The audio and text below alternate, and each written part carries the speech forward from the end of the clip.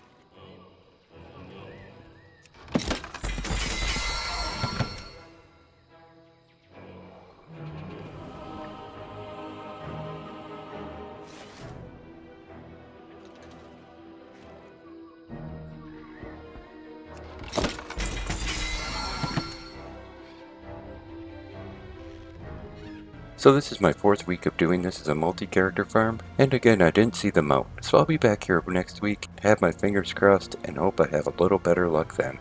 And just in case you're wondering this week, my Transmog is the Cavern Overseer. As you can see, this comes in a wide variety of colors, and depending on what you do in-game depends on how you're going to obtain this. So let's go over where you'll get each set from. Starting on the first row all the way to the left, you'll receive most of these items from time rifts. The second set you'll get from the instance Dawn of the Infinite. Some of these items will be from an achievement, and some will drop inside the instance. The set on the right you'll receive from world quests. On the second row, the set on the left, you'll get from your campaign. The set in the middle, you'll get from treasures and unique creatures. And the set on the right, you'll get from suffusing camps. This is a pretty neat looking set of gear. If you don't have these should be pretty easy to pick up at this point. But hey, if you enjoyed the video, give it a thumbs up. You can click on subscribe. Thanks for coming by and watching it. I'm going to send a hi out to my best friend, and you all take care.